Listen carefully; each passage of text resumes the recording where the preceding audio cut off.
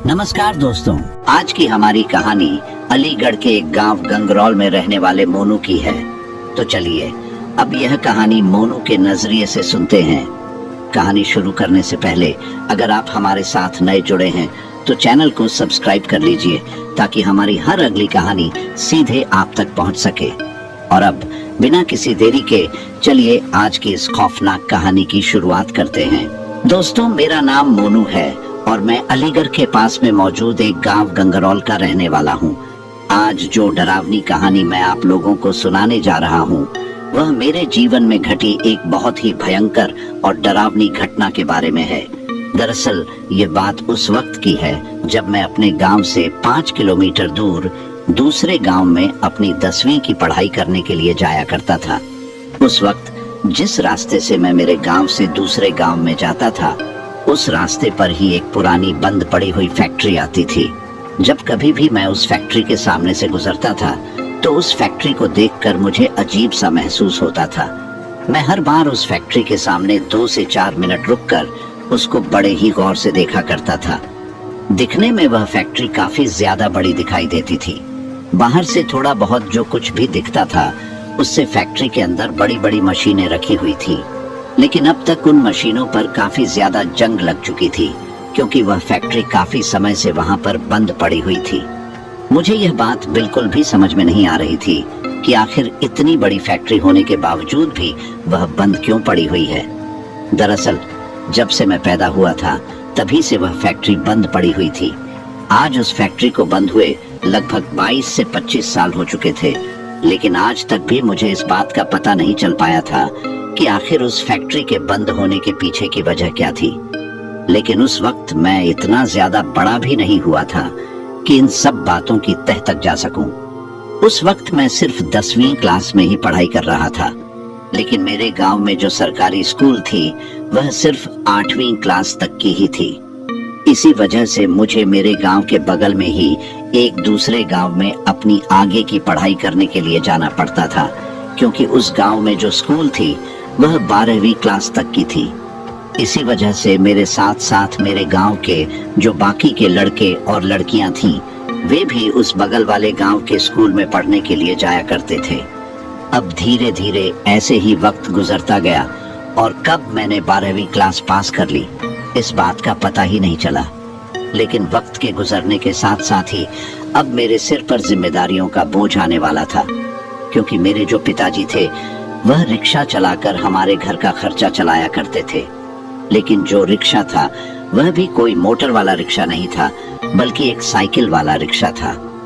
और अब पिताजी की उम्र इतनी ज्यादा हो चुकी थी कि उनसे अपने शरीर के बल पर उस साइकिल रिक्शा को चलाने में काफी ज्यादा दिक्कत होने लगी थी। ऊपर से उनके अस्थमा की बीमारी भी थी, जिसके चलते कई बार तो रिक्शा चलाते चलाते ही अगर उन्हें खांसी चलने लग जाती थी तो फिर उस दिन तो उनको रिक्शा लेकर वापस ही घर पर आना पड़ता था, क्योंकि वह बीमारी ऐसी थी कि एक बार अगर सांस उखड़ जाए तो फिर लगभग 1 दिन तक आराम ही करना पड़ता था। और अगर कभी पूरे दिन काम कर भी लेते थे तो रोजाना के इतने ही 300 से 400 रुपए की मजदूरी बनती थी, जिसमें हमारा घर का खर्चा भी ठीक तरीके से नहीं चल पाता था। पैसों की आर्थिक तंगी होने की वजह से ही मैं सरकारी स्कूल में पढ़ाई कर रहा था। लेकिन एक समय ऐसा आता है जिसके बाद पिताजी काम करने में बिल्कुल असमर्थ हो जाते हैं और उसके बाद मेरी माँ मुझे कहती हैं कि मोनू बेटा, अब तो तुम्हें ही घर की भागदौड़ को संभालना पड़ेगा। अब उस वक्त तक मेरे अंदर कुछ थोड़ी बहुत समझ भी आ चुकी थी, जिसके चलते धीरे धीरे मैं घर की परेशानियों को समझने लगा था। लेकिन उस वक्त मुझे यह समझ में नहीं आ रहा था कि आखिर मैं ऐसा क्या काम करूं जिसकी वजह से मेरे घर में 2 पैसे आने लगे, क्योंकि मुझे मेरे पिताजी की तरह रिक्शा तो बिल्कुल भी नहीं चलाना था। अभी मैं काम की तलाश में ही था कि तभी हमारे गांव में एक बात आग की तरह फैलती है कि गांव के बगल में ही जो फैक्ट्री कई सालों से बंद पड़ी हुई है, उस फैक्ट्री को दोबारा से चालू किया जा रहा है। गांव वालों का कहना था कि बाहर की कोई बहुत बड़ी कंपनी है जिसने इस पूरी फैक्ट्री को खरीद लिया है और अब वह कंपनी इस फैक्ट्री को दोबारा से चालू करना चाहती है। लेकिन मुझे जो सबसे अजीब बात लगी वह यह थी कि फैक्ट्री के फिर से चालू होने की खबर सुनते ही गांव वालों के चेहरे पर चिंता के भाव आने लगे थे और सभी लोग डरे और सहमे सहमे से रहने लगे थे। जब मैंने गांव वालों का यह माहौल देखा तो मैंने मेरी माँ से जाकर उस फैक्ट्री के बारे में पूछा। मैंने मेरी माँ से कहा, माँ, उस फैक्ट्री में ऐसा क्या है कि उस फैक्ट्री के फिर से चालू होने की बात सुनते ही सभी लोग इतना ज्यादा घबरा रहे हैं, और आखिर वह फैक्ट्री इतने दिनों से बंद क्यों पड़ी हुई है? तभी मेरी माँ मुझे कहती है, धीरे बोल बेटा, अगर तेरी यह बात बाहर किसी के कानों तक चली गई तो वह हमारे घर तक भी आ जाएगी। माँ की यह बात सुनकर मैं मेरी माँ से पूछता हूँ, कौन आ जाएगी? तभी मेरी माँ मुझे उस फैक्ट्री की पूरी कहानी बताती है। और जब पहली बार मैं मेरी माँ से उस फैक्ट्री के इतिहास की कहानी सुनता हूँ तो उस फैक्ट्री के अतीत की कहानी सुनने के बाद गांव वालों से भी ज्यादा डर मुझे लगने लगा था, क्योंकि मेरी माँ ने मुझे बात ही कुछ ऐसी बताई थी जिसको सुनकर मेरे तो होश उड़ गए थे। दरअसल मेरी माँ ने मुझे बताया कि आज से लगभग 25 साल पहले जब उस फैक्ट्री में गांव के सभी लोग काम करने के लिए जाते थे तो एक दिन अचानक से ही उस फैक्ट्री में काम करने वाली एक औरत की वहां पर मौत हो गई थी।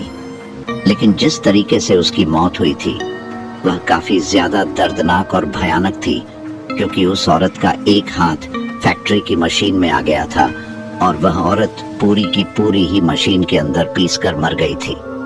लेकिन बाद में पता चला कि यह सब उस फैक्ट्री में काम करने वाले ऑपरेटर की वजह से हुआ है, क्योंकि उसने समय पर फैक्ट्री में चलने वाली मशीनों का मेंटेनेंस नहीं करवाया था, जिसकी वजह से वह इतना बड़ा हादसा हो गया था।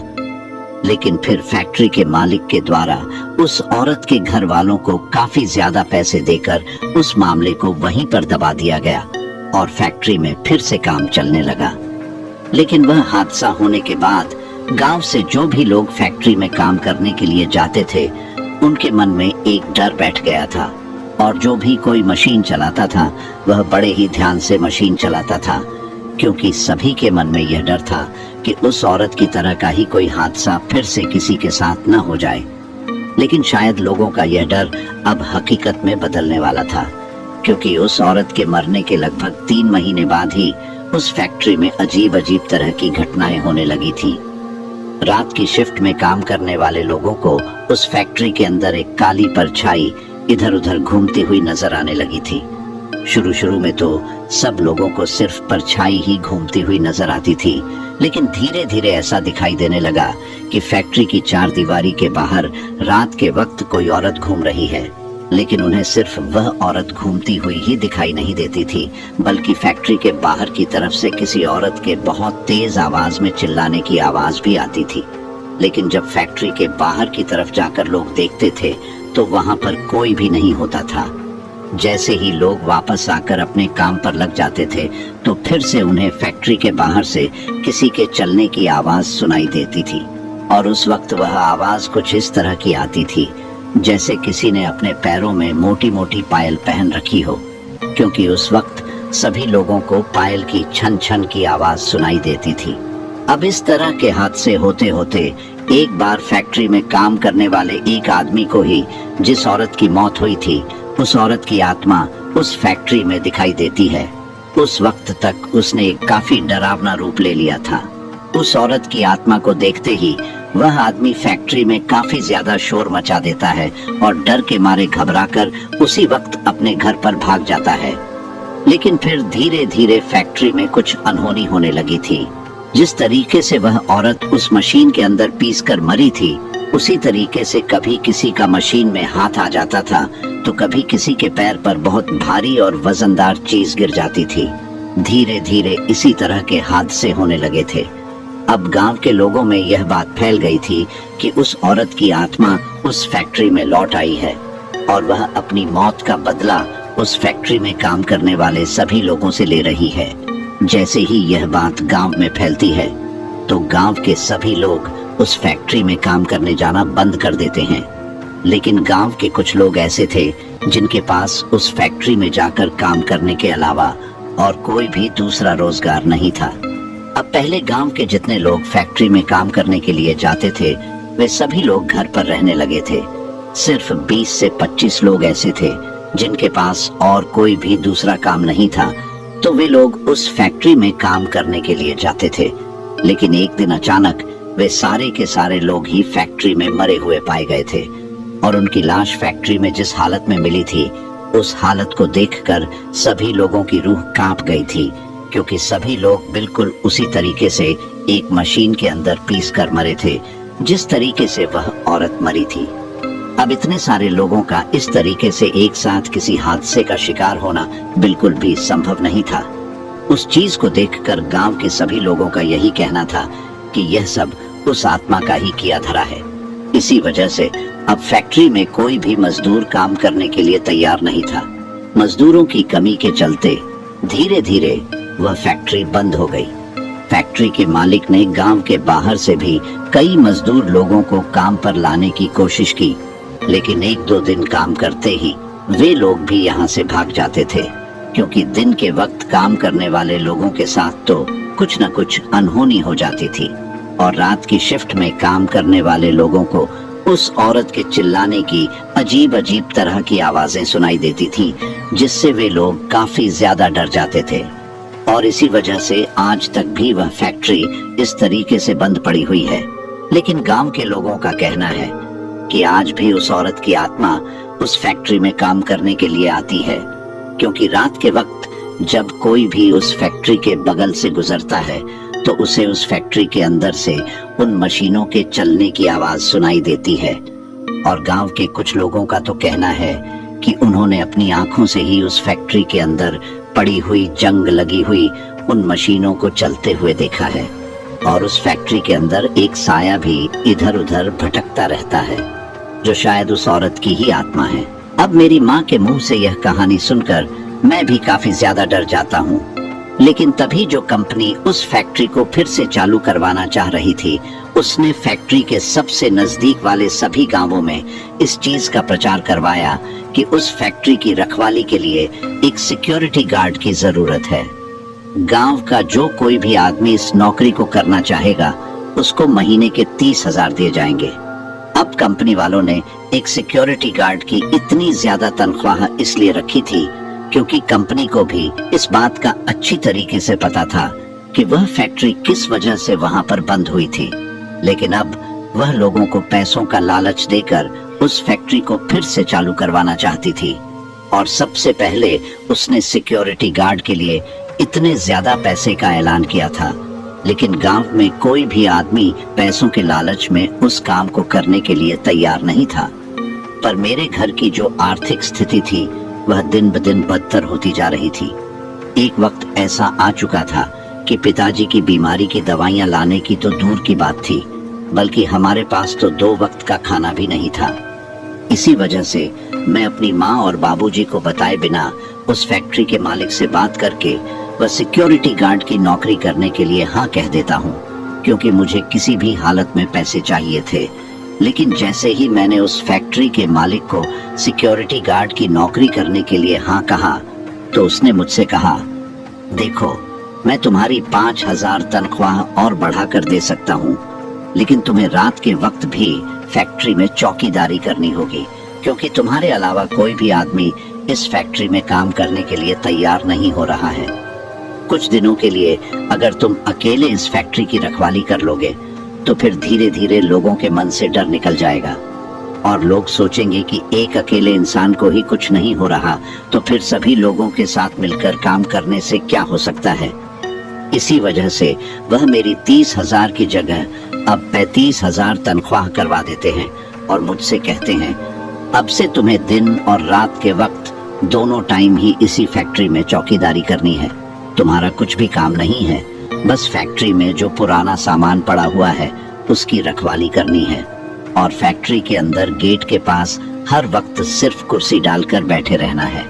अब मैं उस काम के लिए उसे हाँ कर देता हूँ और घर आकर मेरी माँ और बाबूजी को बताता हूँ, तो मेरी माँ और बाबूजी मुझे उस काम के लिए साफ साफ मना कर देते हैं। लेकिन उनके मना करने के बाद जैसे ही मैं उन्हें बताता हूँ कि मुझे महीने के 35,000 मिलेंगे, तो 35,000 का नाम सुनते ही मेरी माँ और बाबूजी का मुंह खुला का खुला रह जाता है और कुछ देर सोचने के बाद मेरी माँ और बाबूजी मुझे उस काम के लिए अनुमति दे देते हैं। लेकिन मेरे बाबूजी मुझसे कहते हैं, रात के वक्त संभल कर रहना, और अगर जरा सी भी तुम्हें कुछ गड़बड़ लगे या कुछ डरावनी चीज दिखाई दे तो तुरंत वहां से भागकर घर पर आ जाना।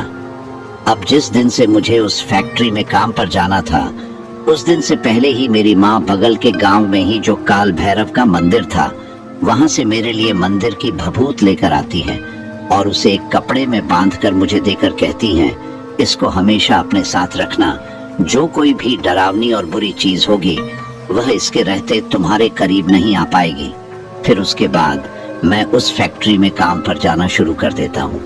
जब मैं उस फैक्ट्री में चौकीदारी के काम पर जाना शुरू करता हूँ तो धीरे धीरे यह बात गांव में सभी लोगों को पता चल जाती है, और जिन लोगों को भी इस बात के बारे में पता चला था वो लोग मेरी माँ और बाबूजी को आकर कहने लगे थे, तुम्हारे एक ही तो बेटा है, क्यों रोज रोज उसको मौत के मुंह में भेज रहे हो। लेकिन उस वक्त अगर मैं उस काम को नहीं करता तो हमारा घर पूरी तरह से बर्बाद हो जाता। पर शायद मुझे इस बात का उस वक्त जरा भी अंदाजा नहीं था कि इस काम को करके भी मेरा घर आबाद बिल्कुल भी नहीं होने वाला है, बल्कि जो परेशानी उस वक्त मेरे जीवन में थी उससे भी कई बड़ी परेशानी उस फैक्ट्री में काम करने के बाद आने वाली थी। अब कंपनी वालों ने मुझसे कहा था कि जैसे ही मजदूरों की व्यवस्था हो जाएगी वैसे ही इस फैक्ट्री में काम चालू कर दिया जाएगा, तब तक तुम्हें अकेले ही यहाँ पर चौकीदारी का काम करना है। अब शुरू में तो जब मैं उस फैक्ट्री में चौकीदारी की नौकरी करने लगा था तो शुरू के 3-4 दिन तक तो मेरे साथ कुछ भी नहीं होता, और होता भी कैसे, क्योंकि मैंने कंपनी वालों को तो यह कह दिया था कि मैं फैक्ट्री के गेट पर ही चौकीदारी करता हूँ।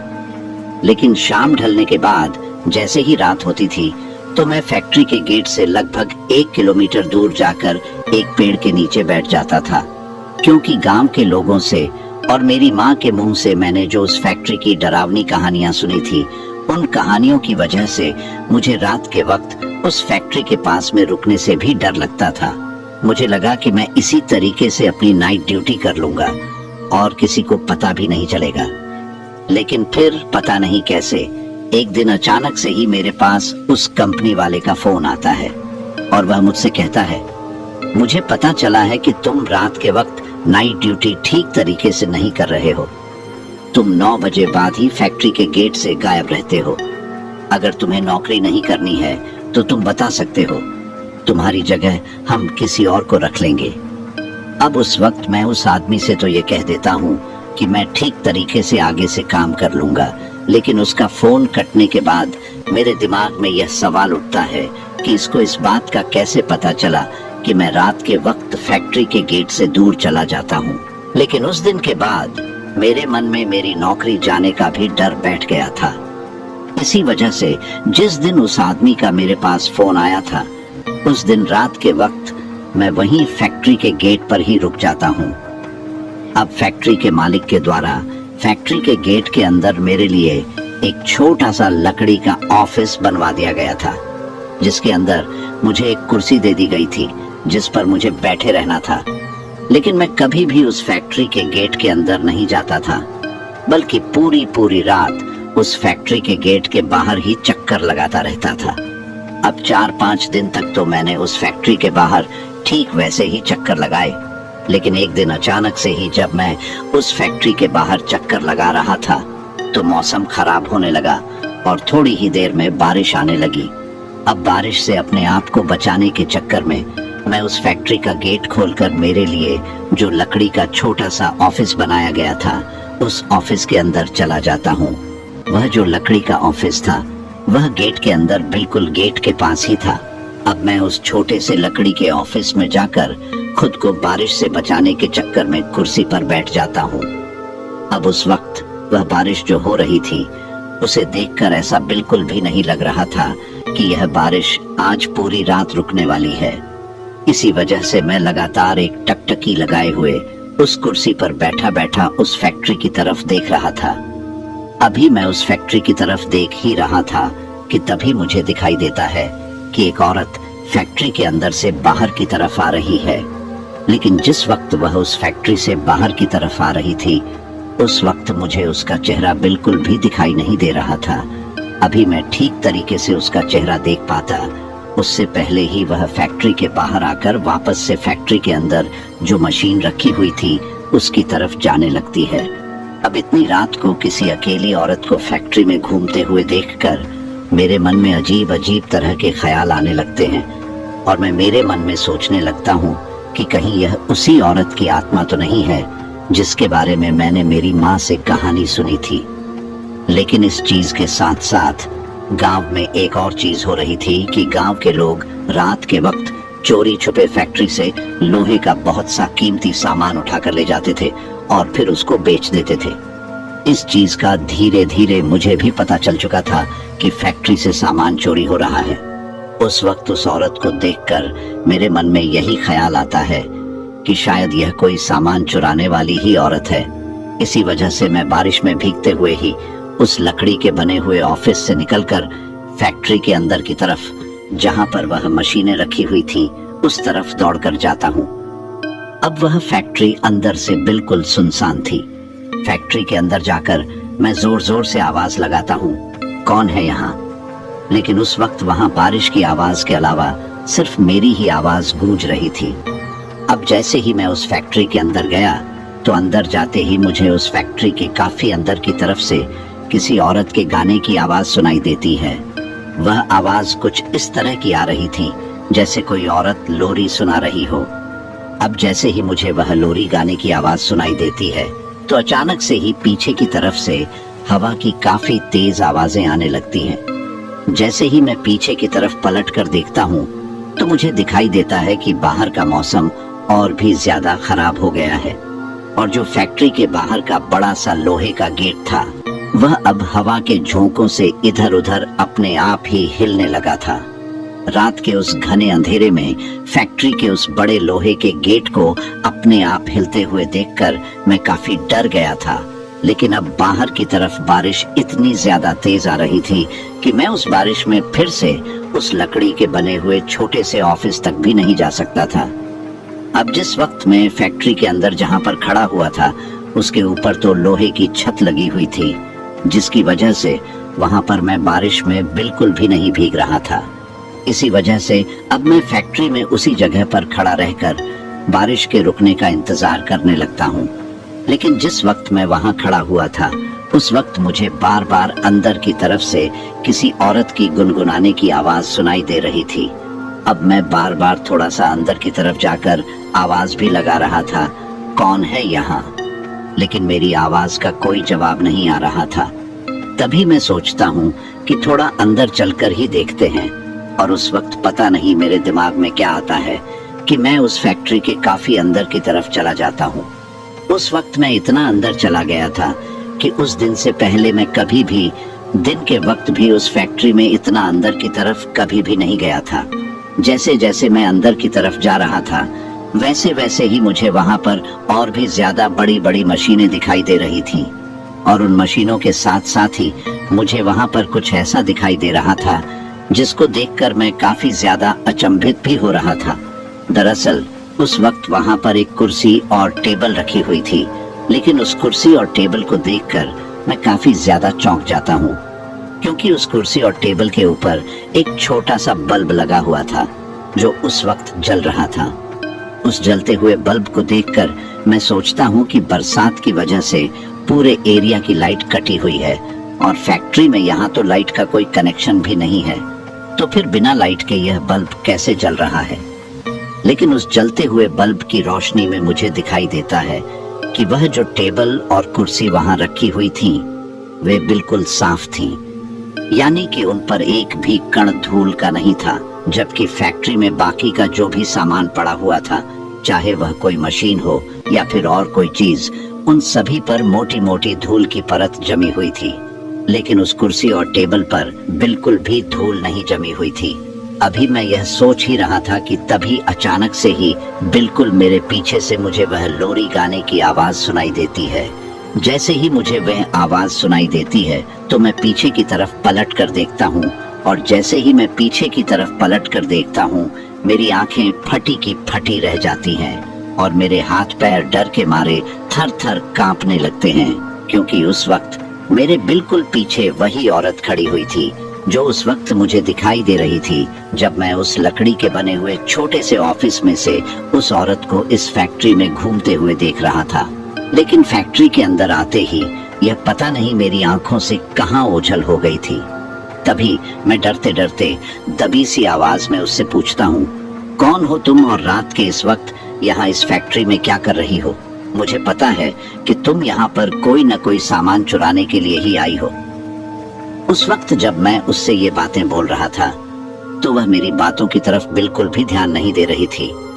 उसने हाथ में कपड़े का कुछ ऐसा बना रखा था जैसे कोई छोटा सा बच्चा गोद में ले रखा हो, और वह बार बार उस कपड़े को अपनी गोद में ऐसे हिला रही थी जैसे वह किसी छोटे बच्चे को अपनी गोद में खिला रही हो, और उसे हिलाते हिलाते ही वह कुछ गुनगुना रही थी। उस वक्त मुझे उसका चेहरा भी ठीक तरीके से दिखाई नहीं दे रहा था, क्योंकि उसके जो सिर के बाल थे वह पूरी तरह से खुले हुए थे, और उस तेज चलती हवा में उसके सिर के बाल बार बार उसके चेहरे पर आ रहे थे, जिसकी वजह से मुझे उसका हुलिया ठीक तरीके से दिखाई नहीं दे रहा था। लेकिन तभी अचानक से ही जैसे ही मैंने उसे थोड़ा जोर देकर यह बात पूछी कि कौन हो तुम, तो वह अचानक से मेरी तरफ अपना चेहरा करती है। पर जैसे ही वह अपना चेहरा मेरी तरफ करके देखती है तो मुझे उसका हुलिया दिखाई देता है, और उसका हुलिया दिखाई देते ही मैं डर के मारे कांपने लगता हूँ।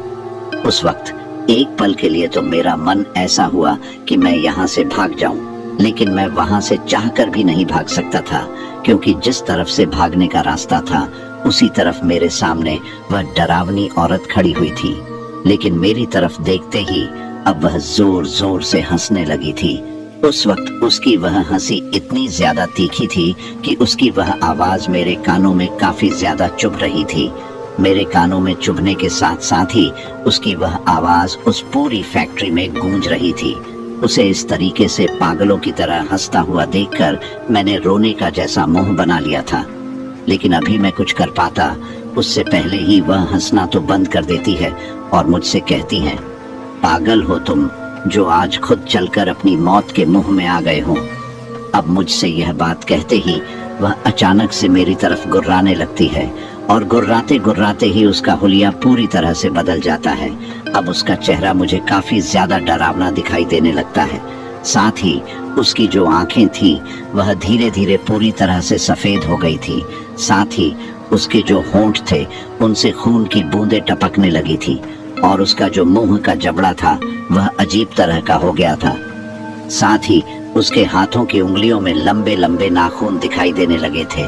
तभी वह मेरे सामने पूरी तरह से एक बूढ़ी औरत के रूप में बदल जाती है, और अभी जो औरत मेरे सामने बिल्कुल सीधी खड़ी हुई थी वह उस बूढ़ी औरत के रूप में आते ही नीचे झुक जाती है।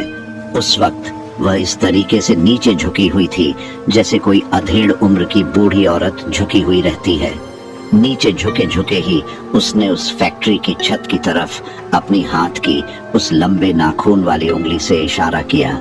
जैसे ही उसने उस तरफ इशारा किया तो मैं उस तरफ देखता हूँ जिस तरफ उसने इशारा किया था, लेकिन जैसे ही मैं उस तरफ देखता हूँ तो मेरे होश उड़ जाते हैं, क्योंकि जैसे ही मैंने उस तरफ देखा तो मुझे दिखाई देता है कि उस फैक्ट्री की छत से एक लोहे का तार लटका हुआ है, और उस लोहे के तार से 5 से 7 कंकाल लटके हुए हैं जो कि देखने में किसी इंसान के ही लग रहे थे। उस तरफ इशारा करके वह डरावनी बूढ़ी औरत मुझसे कहती है, देख रहे हो उन कंकालों को? वह भी तुम्हारी तरह उन्हीं लोगों के कंकाल हैं जो रात के वक्त इस फैक्ट्री में आए थे। चाहे फिर वह किसी भी कारण से आए हों, लेकिन आज तक जो कोई भी इस फैक्ट्री में आया है वो यहाँ से बचकर नहीं जा पाया है, और अब मैं तुम्हारा भी बिल्कुल यही हाल करूंगी। फिर कुछ ही दिनों बाद तुम्हारा कंकाल भी बिल्कुल इन्हीं की तरह यहाँ पर लटका हुआ दिखाई देने लगेगा। अब मुझसे ये बात कहकर वह फिर से अजीब तरीके से हंसने लगती हैं। वो सब देखकर मैं यह समझ गया था कि यह उसी औरत की आत्मा है जिसके बारे में मैंने अपनी माँ के मुंह से और गांव के लोगों से कई कहानियां सुनी थी। साथ ही मुझे यह भी समझ में आ गया था कि आज मैं एक ऐसी मुसीबत में फंस गया हूँ जहाँ से शायद मैं जिंदा बचकर बिल्कुल भी नहीं निकल पाऊंगा। लेकिन उस वक्त धीरे धीरे उस औरत का रूप इतना ज्यादा डरावना होता जा रहा था कि उसके उस रूप को देखकर ही मुझे ऐसा लग रहा था कि मैं शायद डर के मारे ही यहीं पर मर जाऊंगा, क्योंकि उस वक्त तक मुझे यह समझ में आ चुका था कि मेरे सामने कोई जिंदा औरत नहीं खड़ी हुई है, बल्कि यह एक डरावनी डायन है जिसने आज तक इस फैक्ट्री के अगल बगल में भटकने वाले किसी भी इंसान को जिंदा नहीं छोड़ा है। लेकिन तभी मेरे दिमाग में मेरी माँ के हाथ से दी हुई वह बाबा काल भैरव की भभूत याद आती है और मैं सोचता हूँ कि अब वह बाबा काल भैरव की भभूत ही मुझको यहाँ से बचाकर निकाल सकती है। लेकिन उस वक्त तक रात काफी गहरी हो चुकी थी और मेरे अगल बगल का माहौल काफी ज्यादा डरावना हो रखा था। तभी वह डरावनी डायन मुझे अपने द्वारा शिकार किए गए लोगों की कहानी सुनाने लगती है। शायद उसका मुझको मारने से पहले इस तरह से पहले से मरे हुए लोगों की कहानी सुनाने का मकसद मुझको डराना था। उस वक्त जब वह मुझे उन लोगों की कहानी सुना रही थी तो उनकी कहानी सुनाते वक्त उसकी नजरें दूसरी तरफ थीं। तभी मैंने धीरे से अपनी बाजू पर लाल कपड़े में बंधी हुई बाबा काल भैरव की उस भभूत को धीरे धीरे एक हाथ से खोला। फिर उस कपड़े को खोलकर बाबा काल भैरव की वह थोड़ी सी भभूत अपने हाथ में ले ली। उसमें से कुछ भभूत को अपने माथे पर लगा लिया और बाकी भभूत अपने हाथ में लेकर मैं उस डरावनी डायन की तरफ बढ़ने लगा। लेकिन शायद उस वक्त उसको इस बात का एहसास हो गया था कि मेरे कदम उसकी तरफ आ रहे हैं। इसी वजह से वह अचानक से किसी भेड़िए की तरह मेरी तरफ पलटकर मेरे ऊपर झपट्टा मारती है। अचानक से ही मेरे ऊपर उछलकर मुझे जमीन पर गिरा देती है। मेरे जमीन पर गिरते ही वह अपने नुकीले नाखूनों से मेरे ऊपर हमला कर देती है। उस वक्त उसने मेरे गालों पर उन नाखूनों को इतनी जोर से नोचा था कि मेरे गालों की त्वचा पूरी तरह से उसके नाखूनों की वजह से उखड़ गई थी। लेकिन तभी मैंने थोड़ी सी हिम्मत दिखाते हुए मेरी हाथ की मुट्ठी में जो बाबा काल भैरव की भभूत ले रखी थी वह पूरी की पूरी भभूत ही उस डायन के ऊपर डाल दी और हाथ में बची हुई भभूत उसके पूरे डरावने चेहरे के ऊपर रगड़ दी। जैसे ही मैंने वह भभूत उसके चेहरे पर रगड़ी तो वह मेरे ऊपर से हटकर साइड में जा गिरी और झटपट लगी। इस तरीके से चिल्लाने लगी थी जैसे उस भभूत के डालते ही उसे काफी जलन हो रही हो। उस वक्त वह अपनी आंखों को इस तरह से मसल रही थी जैसे किसी इंसान की आंखों में किसी ने मिर्ची डाल दी हो। लेकिन उस वक्त मुझे समझ में आ गया था कि यह सब भभूत का ही असर है। उस वक्त मैं सोचता हूँ कि आज जिंदा बचकर निकलने का मेरे पास यही मौका है। अगर मैंने इस मौके को भी गंवा दिया तो मैं कभी भी यहाँ से जिंदा बचकर नहीं जा पाऊंगा। और जैसे ये डायन कह रही थी ठीक वैसा ही हो जाएगा। कुछ ही दिनों बाद मेरा भी कंकाल इन लोगों की तरह ही यहाँ पर लटका हुआ दिखाई देगा। इसी वजह से मैं तुरंत वहां से उठकर फैक्ट्री के बाहर की तरफ दौड़ लगाता हूँ। लेकिन जैसे ही मैं फैक्ट्री के बाहर की तरफ भाग कर आता हूँ तो मैं देखता हूँ कि फैक्ट्री के बाहर की तरफ जो ग्राउंड था उसमें पूरी तरह से बरसात का पानी भर चुका था और वह पानी अब मेरी कमर तक आ गया था। लेकिन मैं किसी तरह से उस रात उस पानी के अंदर से ही धीरे धीरे चलते हुए उस फैक्ट्री के बाहर निकल जाता हूँ और बदहवास दौड़ते हुए रात के वक्त अपने घर पर पहुँचता हूँ। उस रात जब मैं घर पर पहुँचा था तो मैं पूरे रास्ते उस तेज बारिश में भीगते हुए ही आया था।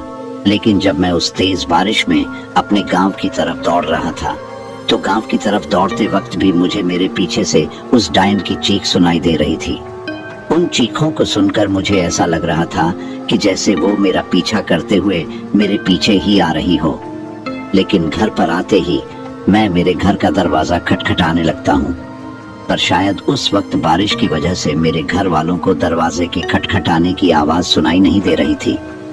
इसी वजह से मैं थोड़ा दिमाग लगाता हूँ और घर के चारों तरफ जो चार दीवारी बनी हुई थी किसी तरह से उस चार दीवारी के ऊपर चढ़कर उस दीवार को फांद कर ही घर के अंदर चला जाता हूँ। घर के अंदर जाने के बाद मेरी माँ जब मुझे इस तरीके से रात के उस घने अंधेरे में घर पर घबराया हुआ आता देखती है तो वह भी काफी ज्यादा घबरा जाती है। लेकिन घर पर जाने के बाद मैं मेरी माँ और बाबूजी को पूरी कहानी बताता हूँ। मेरे साथ जो कुछ भी हुआ था उसको सुनने के बाद मेरे बाबूजी फूट फूट कर रोने लगते हैं और मुझसे कहने लगते हैं, आज मेरी यह हालत हो गई है, इसी वजह से तेरे को मौत के मुंह में भेजना पड़ा। लेकिन अब हम लोग चाहे भीख मांगकर ही हमारा गुजारा कर लेंगे, लेकिन तुझे दोबारा फिर कभी भी उस मौत के मुंह में, उस फैक्ट्री में नहीं भेजेंगे। जिसके बाद उस रात के बाद मैं कभी भी उस फैक्ट्री में काम करने के लिए नहीं गया और ना ही उस फैक्ट्री में कोई काम शुरू हुआ। आज भी हमारे गांव के बगल में वह फैक्ट्री उसी तरीके से सुनसान पड़ी हुई है, लेकिन उस रात के बाद उस फैक्ट्री की तरफ से उस औरत की काफी तेज तेज चीखें गांव तक भी सुनाई देने लगी थीं। अब गांव में भी पूरी तरह से डर और दहशत का माहौल बना हुआ था, लेकिन कोई भी गांव वाला गलती से भी उस फैक्ट्री की तरफ जाने की गलती नहीं करता। यहाँ तक कि जो लोग चोरी छुपे उस फैक्ट्री में कुछ चीज चुराने के लिए जाते थे, उन लोगों ने भी अब उस फैक्ट्री की तरफ जाना बंद कर दिया है। तो दोस्तों, यह थी हमारी आज की कहानी। आपको हमारी आज की कहानी कैसी लगी, कमेंट बॉक्स में कमेंट करके जरूर बताएं। बस आप अपना और अपने परिवार का ख्याल रखें और अगर अभी तक चैनल को सब्सक्राइब नहीं किया है तो कृपया चैनल को सब्सक्राइब कर लीजिए।